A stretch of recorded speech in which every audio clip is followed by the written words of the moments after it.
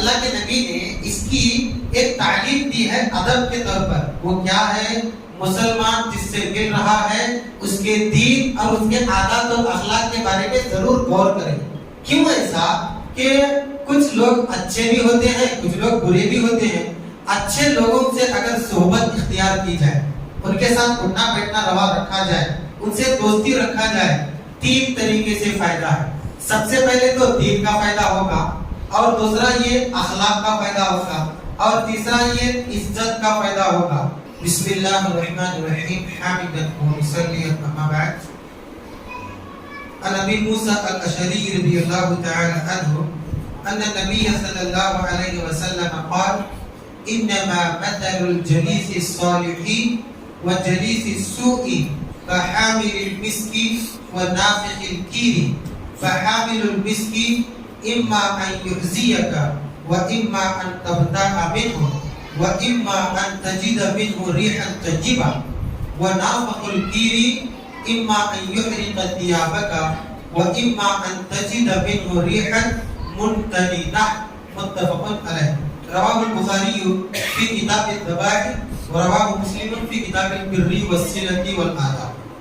حضرات مسلیات کرام، بزرگان دین، نوجوان دوستوں، عزیز پیارے بچوں، الحمدللہ اس حدیث کی روشنی میں آج کا عنوان درس ہے مسلمانوں کو ایک دوسرے کی زیارت کرنا چاہیے اور مسلمانوں کو ایک دوسرے کے ساتھ بیٹھنا اٹھنا اور ان کی مجلسوں میں شامل ہونا چاہیے. لیکن اس کا ایک ادب ہے اور ایک بہت ہی احتیاط ہے. آج کے درس میں وہی نصیحت کی بات ہمارے سامنے آتی ہے. حدیث اس طریقے سے ہے.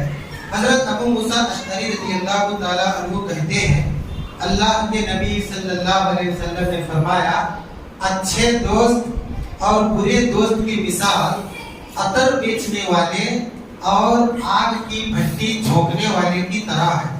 اگر عطر بیچنے والے کے بازو میں کوئی بیٹھا، یا تو عطر بیچنے والا بازو والے کو تحفہ دے گا، یا بازو والا عطر والے کے پاس سے خریدے گا، یا نہیں تو کم سے کم بازو بیٹھے ہوئے انسان کو اس کی خوشبو ضرور آئے گی. لیکن اگر کوئی انسان بھٹی جھونکنے والے کے بازو میں بھٹی کے بازو بیٹھتا ہے، یا تو اس سے اس کا کپڑا جلے گا، یا نہیں تو اس کا چمڑا جلے گا، یا نہیں تو کم سے کم اس کی بدبو اور جو دھواں ہے اس کے ناک میں جا کر اس کو پریشان کرے گا. اس حدیث کو امام بخاری اور امام مسلم دونوں نے نقل فرمایا ہے. اس حدیث کے اندر ایک تو مسلمان کو مسلمان سے ملنے کی تعلیم دی جا رہی ہے، اور جب ملنے جاتا ہے تو وہاں بیٹھے بات چیت کرے، اس کی صحبت اختیار کرے. اسے پتہ چلتا ہے کہ بعض لوگ بہت ہی مختصر جاتے ہیں، 1 منٹ میں بہت بیزی ہو گئے، ہاں خیر خیریت ختم ہوگی بات. ایسا نہیں، بلکہ جا کر بیٹھنا چاہیے، خیر خیریت دریافت کرنا چاہیے، کچھ گفتگو کرنا چاہیے. تسلی اس کو بھی ہوتی ہے، آپ کو بھی ہوتی ہے، اور مسلمان اس سے خوش ہوتے ہیں، ثواب بھی ملتا ہے. لیکن اللہ کے نبی نے اس کی ایک تعلیم دی ہے ادب کے طور پر. وہ کیا ہے؟ مسلمان جس سے مل رہا ہے اس کے دین اور اس کے عادات اور اخلاق کے بارے میں ضرور غور کریں. کیوں ایسا؟ کہ کچھ لوگ اچھے بھی ہوتے ہیں، کچھ لوگ برے بھی ہوتے ہیں. اچھے لوگوں سے اگر صحبت اختیار کی جائے، ان کے ساتھ اٹھنا بیٹھنا روا رکھا جائے، ان سے دوستی رکھا جائے، 3 طریقے سے فائدہ ہے.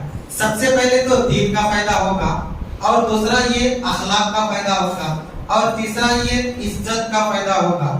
اچھے لوگ ہمیشہ دین کی بات کریں گے. مثال کے طور پر ایک نیک انسان کے ساتھ آدمی جب تک بیٹھے گا وہ نیک انسان کسی کی غیبت نہیں کرے گا اور نہ ہی کرنے دے گا، اور بات کرے گا تو اخلاق کی بات کرے گا، بات کرے گا عزت اور احترام کی بات کرے گا، شان اور شوکت کی بات کرے گا. تو جو اس کے پاس بیٹھے گا اس کے دین میں بھی برکت، اخلاق میں بھی برکت، اور اسی طریقے سے عزت میں بھی برکت. اس کے برخلاف اگر کوئی برے انسان سے دوستی کرے، اس سے ملنا جلنا رکھے، جیسا کہ آج کل کے ماں باپ یہ جانتے ہیں بچہ میرا گھر کے باہر نکل رہا ہے، اس کے دوست کیسے ہیں، کس سے ملنے جاتا ہے، کون سی مجلس میں بیٹھتا ہے، لیکن ماں باپ ڈر کے مارے یا پتہ نہیں کیوں خاموشی اختیار کرتے ہیں. اگر کوئی انسان برے لوگوں سے ملتا ہے، برے اخلاق والوں سے ملتا ہے اور بے دین لوگوں سے ملتا ہے، 3 نقصان ہے اس کے، اور تینوں بڑے بڑے نقصان ہیں. پہلا نقصان کیا ہے؟ برا انسان کبھی دین کی بات نہیں کرے گا. وہ دین کی بات نہیں کرے گا. یہ دوسری بات ہے. پہلا یہ کہ وہ دین کی بات کرنے میں نہیں دے گا. کیوں؟ برا ہے نا. بے دین کی بات کرنے دے گا, دنیا کی بات لائے گا, بے حیائی کی بات لائے گا, فلموں کی یا ایسی ویسی بےہودہ بات لائے گا, لغویات لائے گا. تو اگر کوئی انسان برے لوگوں سے ملتا ہے یا ان کے ساتھ اٹھتا بیٹھتا ہے, پہلا نقصان دین کا ہوگا, دوسرا نقصان اخلاق کا ہوگا. اور یاد رکھیے, دین اور اخلاق جس کے پاس نہیں ہے اس کا کوئی مذہب نہیں ہے اور اس کی کوئی انسانیت نہیں ہے. دین آیا ہے اخلاق سکھانے کے لیے, اور ایسے دوستوں سے دوستی کرنا جس سے دین کو بھی خطرہ ہے, اخلاق کو بھی خطرہ ہے. جب تیسرا نقصان آتا ہے, یعنی دین برباد, اخلاق برباد, تو تیسرا نقصان آیا. کون سا؟ جس کا دین نہیں, جس کے اخلاق نہیں, اس کی عزت کیا کون کرے گا.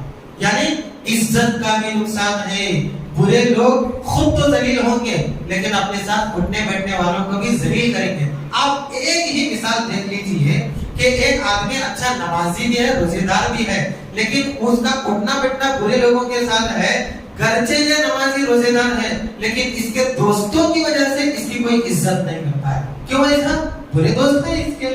وہی ایک آدمی اچھے لوگوں کے ساتھ اٹھتا بیٹھتا ہے تو عادتاً ان اچھے لوگوں کو جو زور سے سلام کرتا ہے نا, اس کو بھی سلام کرتا ہے. کیوں ایسا؟ اس کی مجلس اچھے لوگوں کے ساتھ ہے, اس کا اٹھنا بیٹھنا اچھے لوگوں کے ساتھ ہے. اب ہماری ذمہ داری ہے, ہم عطر فروش کے پاس بیٹھیں گے یا لوہار کی بھٹی کے پاس بیٹھیں گے.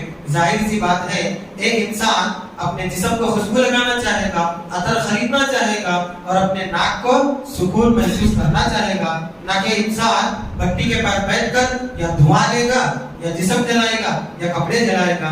پتہ یہ چلا نبی صلی اللہ علیہ وسلم نے بہترین مثال اس شکل میں دی ہے کہ ہم اور آپ کو اچھے لوگوں کو ہی چننا چاہیے. ایک نصیحت کی بات یہ بھی لکھتی ہے کہ اگر کوئی بات سمجھانا چاہے کسی کو تو مثال دینا بھی جائز ہے. میں اس لیے کہہ رہا ہوں کہ میرے دروس میں اکثر مثالیں ہوتی ہیں.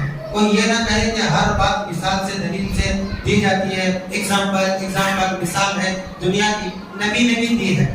نبی صلی اللہ علیہ وسلم نے یہاں مثال دی, عطر فروش اور لوہار کی بھٹی مثال دی ہے, جبکہ یہ دونوں کمائی کر رہے ہیں. یہ نہیں بولتے ہمارے پاس آ کر بیٹھو, یہ بھی نہیں بولتا ہمارے پاس آ کر بیٹھو. اگر جا کر بیٹھتے بھی ہیں تو کمائی کی غرض سے, یہاں بھی جا کر بیٹھتے کمائی کی غرض سے, لیکن نبی نے مثال دے کر سمجھائی ہے. تو مثال دے کر سمجھانا چاہیے, اس سے نصیحت میں اثر ہوتا ہے. دعا کریں اللہ تبارک و تعالیٰ سے کہ اللہ جتنے بھی ہمارے دوست و احباب ہیں سب اچھے ہوں اور ہمیں اچھے لوگوں کی صحبت اختیار کرنے اور جہاں تک ہو سکے ہم سب کو برے لوگوں سے بچنے کی توفیق عطا فرمائے. آمین.